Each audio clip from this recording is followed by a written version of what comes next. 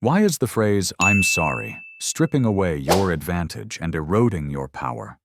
Have you ever truly considered the unseen cost of those two simple words uttered too often, too easily, too reflexively?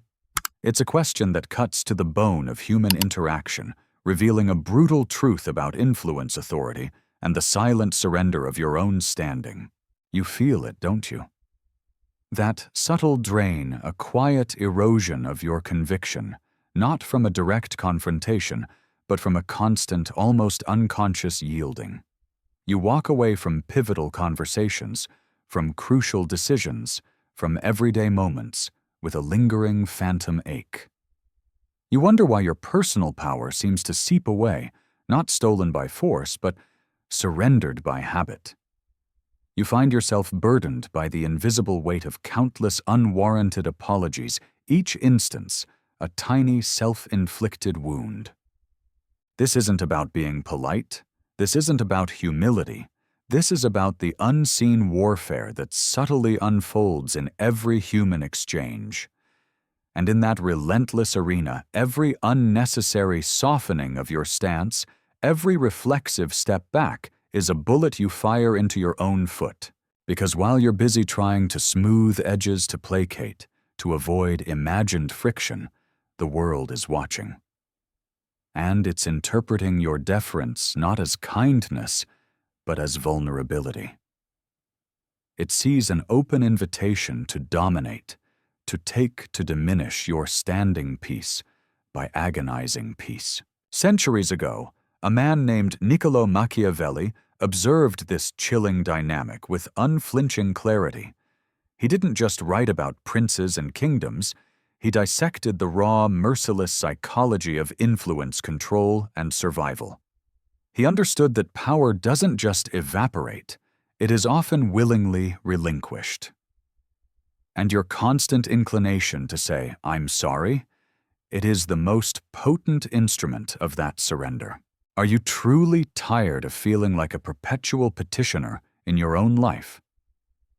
Are you ready to confront the uncomfortable truth about why you keep losing ground, not to enemies, but to your own ingrained habits? This isn't a gentle conversation about self-improvement.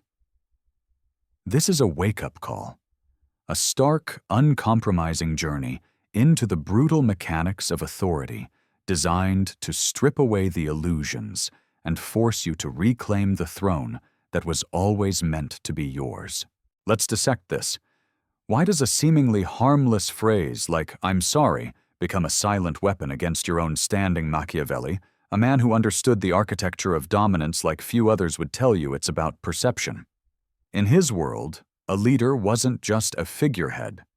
They were a constant projection of strength, resolve, and unyielding will.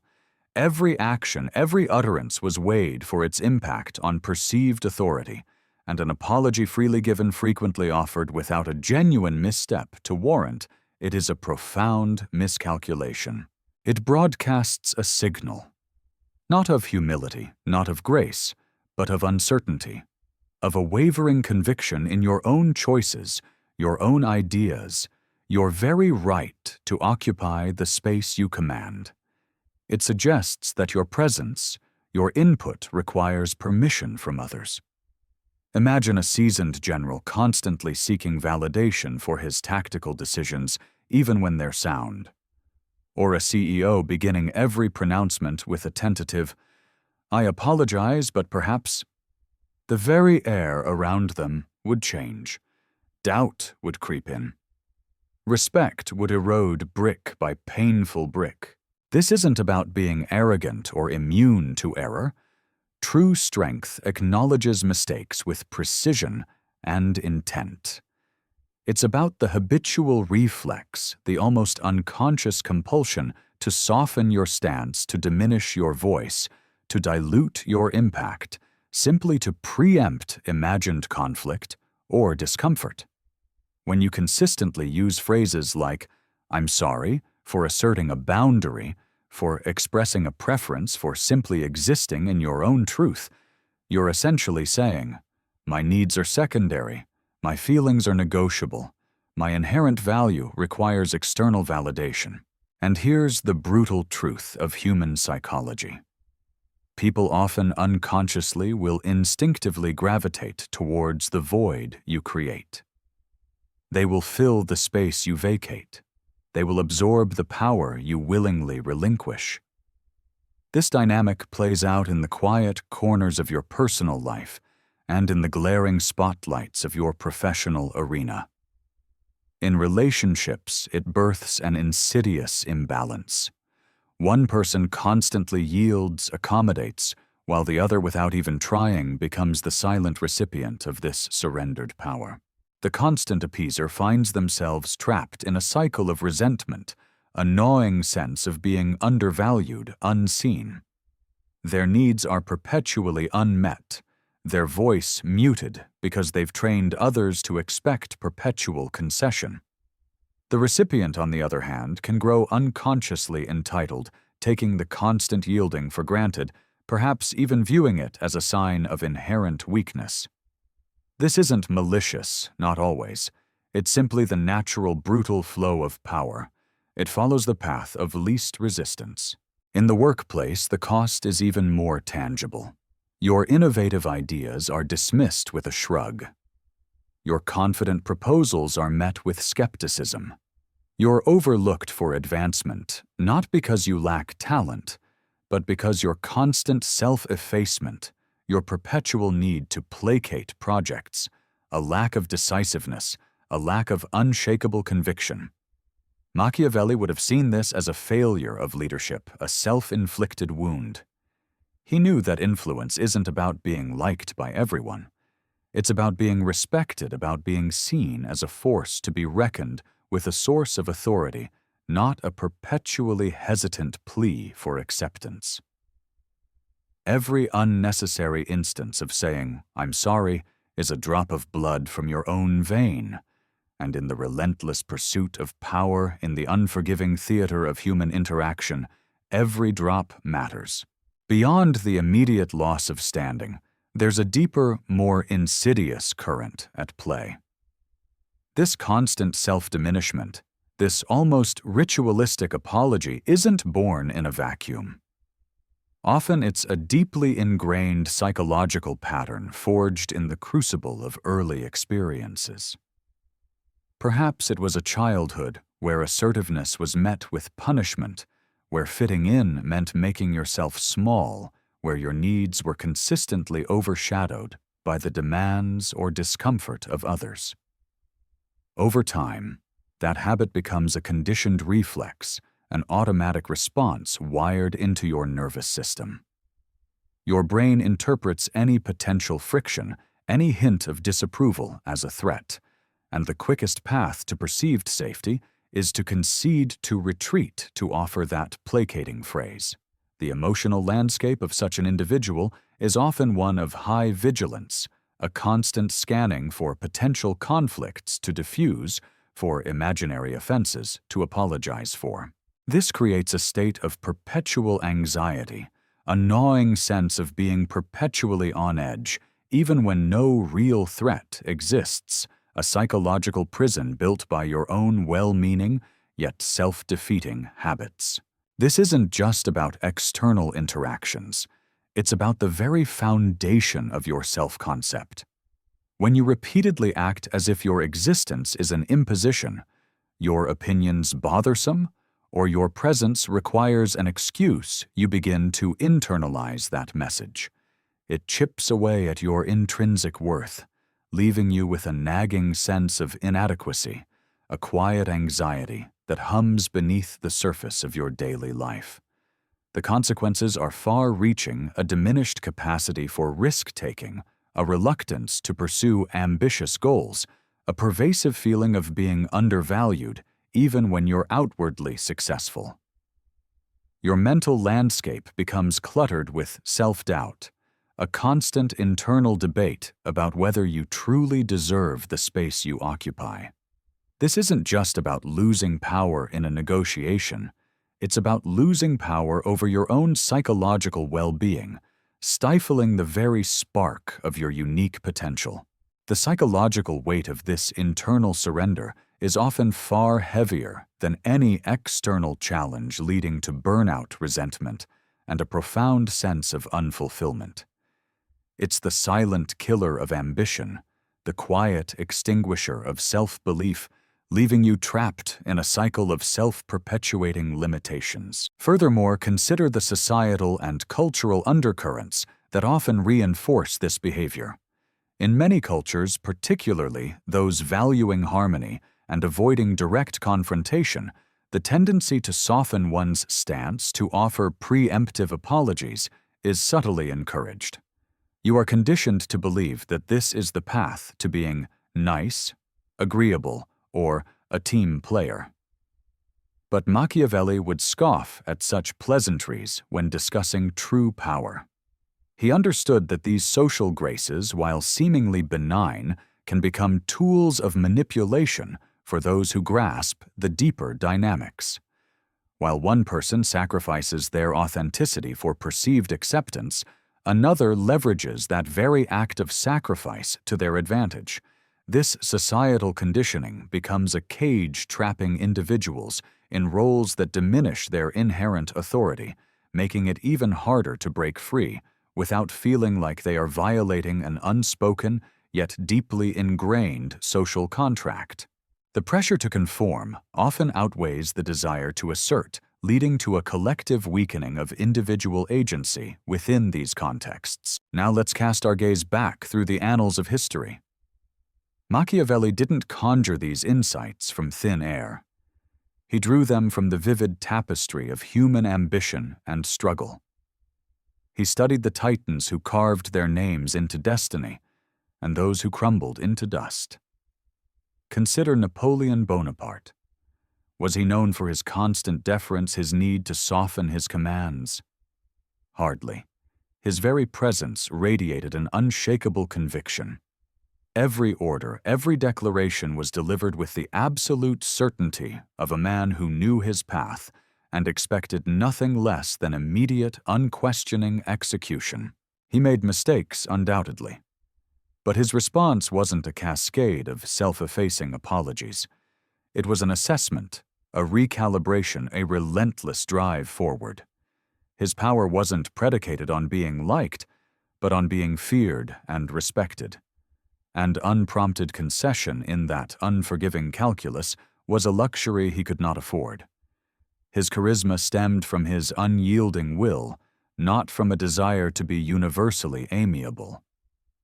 He understood that leadership sometimes demands solitude in decision-making, a willingness to stand apart from the crowd, even when that stance invites criticism. This unwavering resolve, even in the face of immense pressure, cemented his authority, making him a colossus against whom lesser wills simply broke. He didn't seek consensus. He commanded it through sheer force of purpose. Or pivot to Margaret Thatcher, the Iron Lady. Her political career was a masterclass in unwavering resolve. Did she constantly seek to placate her detractors, to soften her policies with saccharine words of regret? No. She stood her ground even when the winds of public opinion howled against her. Her pronouncements were clear, direct, often unyielding. Her strength lay in her refusal to back down, to excuse her vision, to dilute her purpose. Her resilience wasn't about charming her opponents, but about the sheer force of her conviction. She accepted the unpopularity that often accompanies decisive leadership, understanding that true impact rarely walks hand in hand with universal approval. Her legacy is one of iron will, a testament to the power of a leader who refuses to bend or break under pressure, even when it meant facing fierce opposition from within her own ranks. She understood that sometimes the only way to move forward is to stand utterly alone in your conviction. These figures weren't beloved by all. They were at times reviled, but they commanded, they led. They left an indelible mark precisely because they understood the profound cost of concession and the raw, inherent power of an unapologetic stance. When you begin to shed the shackles of unwarranted deference, a profound shift occurs within you. It's not about morphing into a tyrant or adopting an aggressive posture. It's about shedding the invisible armor of false humility and revealing the steel underneath. You start to hear your own voice unfiltered by the need to mollify, to appease. You begin to recognize your own worth, not as something to be negotiated or excused, but as an inherent truth. This is where true personal empowerment blossoms. You start to define your own boundaries, not with timid requests, but with clear, unwavering declarations. You articulate your needs, your desires, your expectations, without feeling the gnawing compulsion to justify them, to validate them through someone else's acceptance. This newfound clarity isn't just a mental shift. It's a visceral one resonating through your posture, your eye contact, the very timbre of your voice. You project an aura of self-possession that fundamentally alters how others perceive and interact with you. This newfound clarity sends a powerful message. It proclaims, "This is who I am. This is what I stand for. My presence here is not an imposition, but a statement." And the world often grudgingly begins to respond in kind. It's a demanding path, to be sure. It requires an honest reckoning with your own ingrained habits, the subtle fears that drive those reflexive deferrals. But the reward, the reclaiming of your own agency, the liberation from the constant need for external validation, the profound satisfaction of standing tall, unbowed, unyielding, unapologetic. This shift, this profound internal recalibration, doesn't just impact your inner world. It reverberates outwards, transforming your relationships. By being more discerning about when and why you yield, you begin to build connections founded on genuine respect rather than on unspoken power imbalances. You're seen as more confident, more self-assured, more capable. This clarity, this authenticity can unlock doors to new opportunities, to deeper, more equitable connections, and to a life where your authority is no longer a question but a given. It's about establishing equilibrium, where mutual respect is the currency, not constant submission. Your personal and professional networks will evolve, shedding those who sought to exploit your deference and attracting those who recognize and value true strength. This isn't just theory. This is the stark reality playing out in your everyday interactions. This is about recognizing the subtle exchanges of power that shape your life often without your conscious awareness. Now, the question isn't just what Machiavelli observed, but what will you do with that knowledge? You've heard the echoes from history, the lessons from those who understood that true authority isn't whispered into existence, nor is it granted by endless concession. It is forged in the crucible of self-conviction and maintained by a resolute refusal to diminish one's own standing. So how do you begin to sever the chains of unwarranted deference? It starts with a heightened awareness, a forensic examination of your own language, your own reflexive responses. For one full week, commit to a radical experiment. Observe every instance when you find yourself softening your stance or feeling the urge to offer an unnecessary, placating phrase. Is it a genuine expression of remorse for a true transgression, or is it a knee-jerk reaction, a social lubricant, a subtle plea for acceptance, a fear of stepping on unseen toes? You'll be astonished by the sheer volume of these automatic concessions. You'll witness the subtle ways you've been undermining yourself, granting permission for others to disregard your boundaries, to take more than they offer. It's an uncomfortable awakening, a confrontation with a deeply ingrained habit that has quietly chipped away at your influence. To truly change this, you must first challenge the underlying fear. Ask yourself, what is the worst that could happen if I don't soften my stance? if I simply state my truth? Often the imagined consequences are far more severe than the reality. People might be momentarily surprised, perhaps even uncomfortable, but true respect, often grows from clarity, not from constant capitulation. Start small. In a low-stakes conversation, consciously choose to state your opinion without a preamble of deference. Observe the reaction. The world likely won't collapse. This initial discomfort is merely the growing pains of a stronger self. This isn't about being rude or dismissive. It's about precision. It's about integrity. It's about understanding that a genuine expression of remorse, when truly warranted, carries immense weight. It signifies a profound respect for others and for yourself. But constant deference offered out of habit, out of fear, out of a desire to simply disappear into the background, that is a thief of your own vitality. Imagine the sheer mental real estate you'll reclaim once you stop constantly scanning for reasons to yield, once you stop softening your truth to fit into someone else's preconceived notions. This liberation isn't just about external interactions. It's an internal revolution. It's about honoring your own intuition, trusting your own judgment, and validating your own existence without external affirmation. The clarity this brings frees up cognitive and emotional energy previously consumed by anxiety and self-doubt. You'll find yourself making decisions more swiftly, communicating more effectively, and standing in your power with a newfound ease. This newly accessed mental space allows for more strategic thinking, more creative problem-solving, and a deeper connection to your authentic self, unburdened by the need for constant external approval. The path to reclaiming your influence is not paved with ease. There will be discomfort. Others accustomed to your previous patterns of concession may subtly resist this shift. They might perceive your newfound assertiveness as aggression, your clarity as coldness.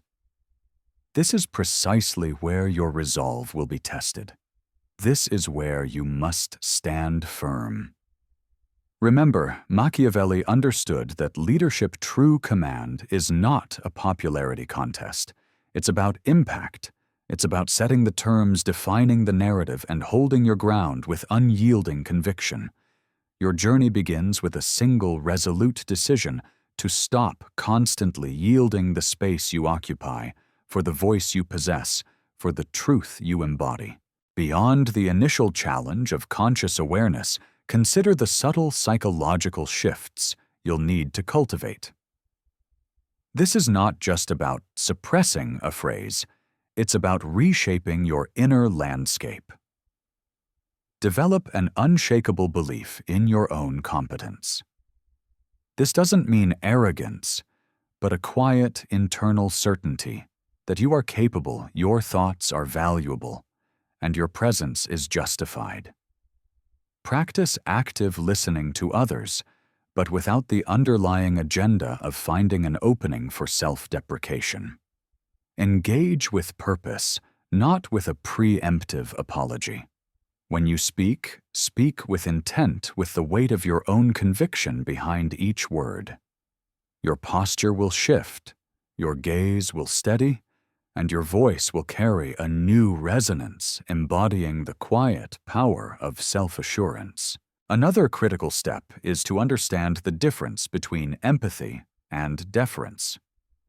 You can empathize with another person's perspective or situation without needing to diminish your own. You can acknowledge their feelings without undermining your position. This nuanced understanding allows you to maintain human connection and respect while simultaneously asserting your own authority. This is the mark of true power, the ability to navigate complex human dynamics without surrendering your core. It's about being present, discerning, and intentional with every word and action, understanding that every interaction is a small negotiation of perceived value and choosing to value your own. This emotional intelligence, coupled with unwavering self-respect, is the true hallmark of a Machiavellian leader in the modern context. Finally, embrace the solitude that sometimes comes with leadership. The truly powerful, as Machiavelli observed, are often isolated by their decisions. Not everyone will applaud your newfound strength. Some may even recoil because your power challenges their comfort zone. But those who truly matter, those who respect authenticity and strength, will gravitate towards the new, unapologetic you. This isn't about alienating people. It's about attracting the right ones, the ones who value your genuine self, not a diluted version. It's a purification process, refining your circle to reflect your true worth. This discernment is a crucial aspect of leadership, allowing you to build alliances based on genuine strength and shared purpose, rather than on a fragile foundation of constant appeasement. The discomfort of this isolation is merely the price of standing tall, a testament to the fact that you are no longer willing to be a mere reflection of others' expectations. The power was always yours. You just lent it out piece by piece, concession by concession. The time has come to take it back, to redefine your interactions, to reshape your destiny. The choice is yours. Continue to bleed power deferral by deferral, or reclaim your throne one confident, unapologetic stand at a time. The world awaits your decision.